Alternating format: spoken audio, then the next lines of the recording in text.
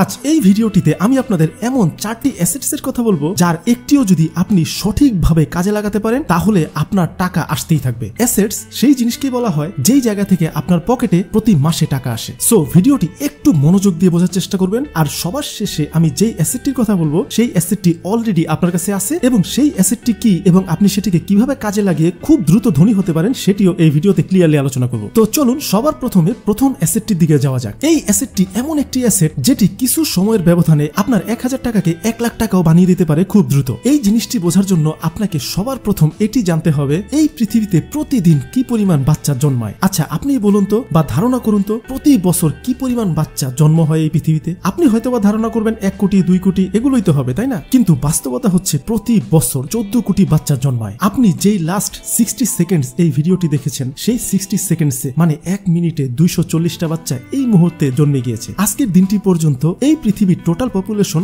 800 কোটি। আচ্ছা এখন আমি আপনাকে একটা কোশ্চেন করি, 700 কোটি থেকে আজকের দিনের এই 800 কোটি মানুষ হতে কত সময় লেগেছে? এখন আপনারা অনেকেই ভাববেন ভাই 100 কোটি মানুষ তাহলে তো মনে হয় 1000 বছর লেগে গিয়েছে। অনেকেই বলবেন 100 বছর 200 বছর, কেউ বলবেন 500 বছর লেগে গিয়েছে। কিন্তু অবাক হলেও সত্য মাত্র 12 বছর লেগেছে। মানে লাস্ট 12 বছরে 100 কোটি বাচ্চা জন্মেছে। আর আমাদের এই অ্যাসেটটিও লুকিয়ে রয়েছে এই নতুন 100 কোটি বাচ্চাদের উপরে। দেখুন এই 100 কোটি বাচ্চার বাবা মা কোনো একটি হাউজে তারা কিন্তু রয়েছেন। এখন এই 100 কোটি বাচ্চা জন্মের পর তারা এখন হয়তোবা কেউ স্কুলে যাচ্ছে, কেউ হয়তোবা প্রি স্কুলে পড়ছে, কেউ হয়তোবা খুবই ছোট, কেউ হয়তোবা ক্লাস 5-6 এ পড়ছে। এখন আজকে থেকে 12 বা 14 বছর পর এদের বয়স মোটামুটি 20 পার হয়ে যাবে। আর 20 পার হয়ে যাওয়ার পর এই বাচ্চাদের অনেকেই বিয়ে করে ফেলবে, মানে 22, 23, 24 বছরে অনেকেই বিয়ে করে ফেলবে। এখন সেই বাচ্চারা কি তাদের বাবা মায়ের সাথে সেই সেম হাউসটিতে থাকতে পারবে? সবার কিন্তু অনেক বড় হাউস নেই। অনেক মানুষ রয়েছে যারা একটি মাত্র ফ্ল্যাটে থাকে। সো নতুন ওই বাচ্চাগুলো নতুন একটা জায়গা লাগবে, যেই জায়গায় সে নতুন একটা ঘর তুলে অথবা নতুন একটা ফ্ল্যাট ভাড়া নিয়ে সেই জায়গায় থাকতে পারে। এখন আপনি বলুন তো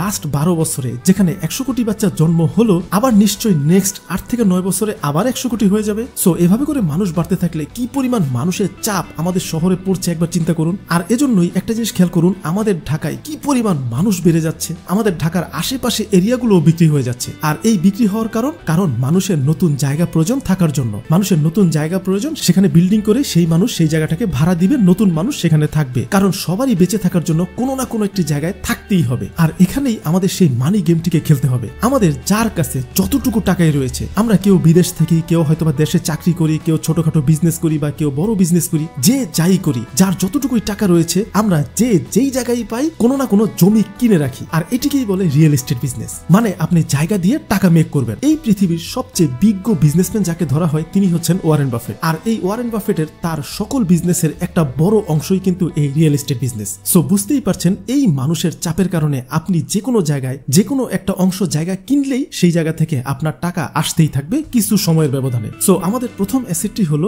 যেই জায়গায় পারেন কিছু জায়গা কিনে রাখুন। চলুন এবার দ্বিতীয় অ্যাসেটটি জানা যাক। এই পৃথিবীতে যারাই কোটিপতি আর যারাই রোডপতি তাদের মধ্যে প্রধান পার্থক্যটি কি জানেন? সেটি হলো ফাইন্যান্সিয়াল নলেজ, মানে টাকা পয়সার জ্ঞান। ফাইন্যান্সিয়াল নলেজ হচ্ছে ধনী লোকদের ভাষা। এই ফাইন্যান্সিয়াল নলেজ কতটা পাওয়ারফুল সেটি বোঝানোর জন্য আমি আপনাদের ইন্ডিয়ার একটা স্টেটের স্টোরি একটু শেয়ার করতে চাই। এখন থেকে বহু বছর আগে, প্রায় 500 বছর আগের একটি ঘটনা। সেই সময় ইন্ডিয়া, পাকিস্তান, বাংলাদেশ এগুলো আলাদা আলাদা ছিল না, কিন্তু সেই জায়গাটা এই মুহূর্তে ইন্ডিয়ার একটা স্টেটের অংশ ছিল। সেই জায়গায় সেই সময় যে ঘটনাটি ঘটেছিল সেখানে যারা অনেক বেশি ধনী ব্যক্তি ছিল তারা চিন্তা করলো এখানে আমরা যারা ধনী ব্যক্তি রয়েছি তারা টাকা পয়সা মানে ফাইন্যান্সিয়াল নলেজ তো খুব ভালো করেই জানি, কিন্তু এছাড়া যারা গ্রামবাসী রয়েছে তাদের ফাইন্যান্সিয়াল নলেজ নেই, তাই তারা সারা জীবন কামলা খাটতে বাধ্য। সো আমরা সবাই মিলে যে কাজটি করব, আমরা এই শহরে কোনো স্কুল কলেজের ব্যবস্থা রাখবই না, তাহলে সবাই মূর্খ থাকবে। আর মূর্খ থাকলে তাদের মধ্যে কখনোই ফাইন্যান্সিয়াল নলেজ ঢুকবেই না এবং তারা সারা জীবন কামলা দিবে, আমরা ধনী হতেই থাকবো। যাই হোক, পরবর্তীতে যেই প্ল্যান তারা সেটাই ইমপ্লিমেন্ট করলো সেই শহরে। সেখানে কোনো স্কুল কলেজের ব্যবস্থা ছিলই না, কিন্তু সেই শহরের মানুষ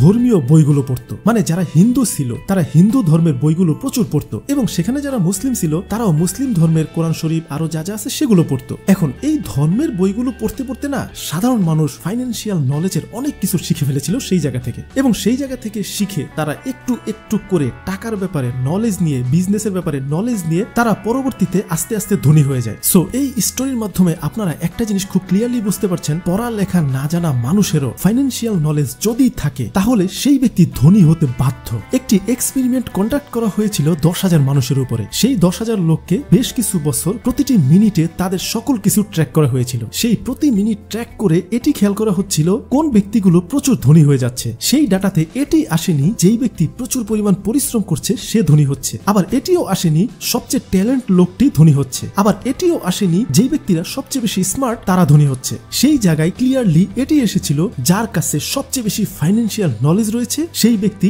সবচেয়ে বেশি ধনী হচ্ছে। দেখুন, যদি আপনাকে সত্যি ধনী হতে হয় তাহলে আপনি সিম্পলি সেই কাজগুলো করা বাদ দিয়ে দিন যেগুলো গরিব মানুষ করে। আচ্ছা, আপনি আমাকে একটা কথা বলুন তো, কোন ব্যক্তি স্টক মার্কেট সম্পর্কে প্রচুর জানার চেষ্টা করে? কোন ব্যক্তি এটি ট্র্যাক করে যে কোন কাজের মাধ্যমে তার সবচেয়ে বেশি টাকা আসতেছে? এমন কজন ব্যক্তি রয়েছে যারা 10 বা 100 বিজনেসকে প্রতি মাসে ট্র্যাক করতে থাকে এবং সেই জায়গা থেকে ডাটা বের করে কোন বিজনেসটিতে সে এই মুহূর্তে টাকা ইনভেস্ট করতে পারে? কোন ব্যক্তি আসলে আরবিট্রেজ শিখে, মানে কোনো জিনিসকে কম টাকায় কিনে অন্য কোনো জায়গায় বেশি দামে বিক্রি করার নলেজ গেইন করে? এমনটি কেউই করতে চায় না, তাই না? মানুষ প্রচুর নলেজ গেইন করে কি বিষয়ে জানেন? শাহরুখ খান এই মুহূর্তে কি করছে, ক্যাটরিনা কাইফ কোথায় ঘুরতে যাচ্ছে, ক্রিকেট খেলার যেই আপডেটটি দরকার নেই সেটিও টেনে টেনে খুঁজে খুঁজে জানতে থাকে। তো এখন আপনিই বলুন, এই ডাটাগুলো কি আপনার কোনোভাবে কোনো লাইফে কাজে লাগবে?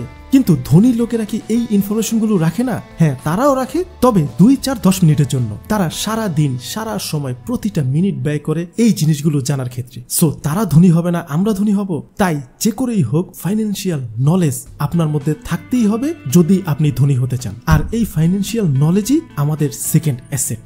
এরপর অ্যাসেট নাম্বার 3 হলো হাই ভ্যালু স্কিল। দেখুন, ধনী হওয়ার ক্ষেত্রে সবচেয়ে বেশি ইম্পর্টেন্ট হচ্ছে যে কোনো একটা বা 2টা বা 3টা বিষয়ের উপর নিজেকে সম্পূর্ণ এক্সপার্ট বানিয়ে ফেলা। তবে অবশ্যই সেই বিষয়টির ডিমান্ড বাজারে থাকতে হবে, মানে সেই স্কিলটির ভ্যালু বাজারে থাকতে হবে। দেখুন, একটা হাই ভ্যালু স্কিলই একটা সাধারণ ব্যক্তিকে ধনী বানিয়ে দেয়, আর এই একটি হাই ভ্যালু স্কিল না শিখায় একটি সাধারণ মানুষকে সারা জীবন গরিব রেখে দেয়। দেখুন, একটা বিল্ডিং এ কাজ করা একটা মজদুর সে সারাদিনে 500 বা 700 টাকা কামায়। ঠিক সেই সেম বিল্ডিং এ কাজ করা একজন ইঞ্জিনিয়ার সে প্রতিদিন আয় করে 10,000 টাকা। আর ঠিক সেই সেম বিল্ডিংটি যেই বিল্ডার বানাচ্ছে সে ডেইলি আয় করে 30 লাখ টাকা। সো এখানে সেই রক্তে মাংসের মানুষই শুধুমাত্র হাই ভ্যালু স্কিলের ব্যবধানে কেউ 300, কেউ 10,000, কেউ 30 লাখ টাকা কামাচ্ছে। এখন আপনি হাই ভ্যালু স্কিল না শিখে মজদুর হতে পারেন, অনেক পড়াশোনা করে ইঞ্জিনিয়ার হয়ে যেতে পারেন, ফাইন্যান্সিয়াল নলেজ গেইন করে বিজনেসের স্কিল শিখে আপনি বিজনেসম্যান হয়ে যেতে পারেন। দেখুন, অনেক সাধারণ হাই ভ্যালু স্কিল শিখেও না অনেক বেশি ধনী হওয়া যায়। যেমন আপনি টাইম ম্যানেজমেন্ট এটি শিখুন, আপনার সারা দিনের প্রতিটা মিনিটকে আপনি ট্র্যাক করুন। আপনি সেই জায়গা থেকে এটি খুঁজে বের করতে থাকুন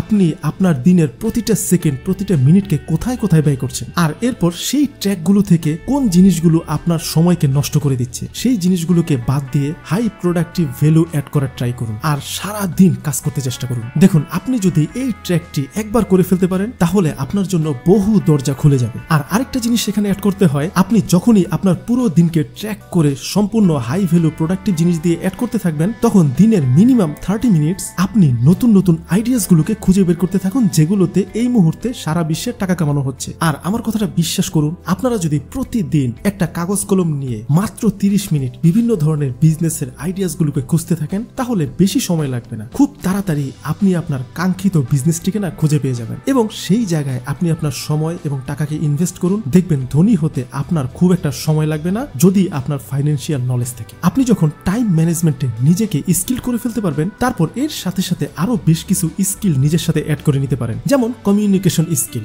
leadership, problem solving, project management, creativity, emotional intelligence, এই ধরনের আরো বেশ কিছু বিষয় রয়েছে। এগুলো আপনারা একটু কষ্ট করে অনলাইন থেকে ঘেটে ঘেটে শিখে নিতে পারেন। পাশাপাশি এই বিষয়গুলোর উপর যদি আপনারা চান আমি ভিডিও মেক করি তাহলে প্লিজ কমেন্ট করে একটু জানাবেন আর ভিডিওটিতে একটা লাইক করতে ভুলবেন না। এরপর চতুর্থ অ্যাসেটটি হলো ক্যাশ টাকা, যেটির মাধ্যমে আপনি এক রাতের ব্যবধানে লাখ লাখ টাকা আয় করতে পারেন। সেটি কিভাবে আপনাদেরকে একটু বলছি। দেখুন, এটি কোনো বিষয় না আপনার কাছে কত টাকা ক্যাশ রয়েছে, আপনার কাছে কম টাকা ক্যাশ থাকতে পারে বা অনেকের কাছে অনেক বেশি টাকা ক্যাশ থাকতে পারে, বাট এটা কোনো বিষয় না, আপনার কাছে অল্প হোক বেশি হোক ক্যাশ টাকা থাকলেই হবে। দেখুন, সবার প্রথম যেটি করবেন এই ক্যাশ টাকাগুলোকে কোনোভাবেই খরচ করা যাবে না, কোথাও রেখে দিন এবং আপনি প্রতিদিন এই জিনিসটি খুঁজে বের করতে থাকুন কেউ কি কোনো বিপদে পড়ে কোনো একটা অ্যাসেট বিক্রি করে দিচ্ছে কিনা। সেটি যে কোনো জিনিস হতে পারে, কারো ল্যাপটপ হতে পারে, কম্পিউটার হতে পারে, কারো দোকান হতে পারে, যে কোনো জিনিস হতে পারে, সেটা অনেক দামি জমিও হতে পারে। আপনি যদি সেটি কম মূল্যে কিনে নিন এবং সেটিকে পরের দিন বা পরবর্তী মুহূর্তে বিক্রি করে দিন একটু বেশি দামে, তাহলে খুব দ্রুত টাকা আসা সম্ভব। এখন সবাই তো আর বিপদে পড়ার প্রোডাক্ট খুঁজে পাবেন না, আপনারা আপনার শহরের পাইকারি বাজারে গেলে দেখবেন আপনার এরিয়াতে যেই প্রোডাক্টটি অনেক দামে বিক্রি হচ্ছে আপনার শহরেরই পাইকারি মার্কেটে গেলে দেখবেন সেই প্রোডাক্টটির দাম অনেক কম। এখন আপনি যেটি করবেন আপনার শহরের পাইকারি মার্কেটে যেয়ে কিছু ইউনিক প্রোডাক্ট খুঁজে বের করবেন যেগুলো যেগুলো আপনার এলাকার বাজারে এখনো আসেনি। আপনি সেই ইউনিক প্রোডাক্টগুলোকে সেই ক্যাশ টাকা দিয়ে কিনে নিয়ে আসবেন এবং আপনার এলাকার বিভিন্ন দোকান,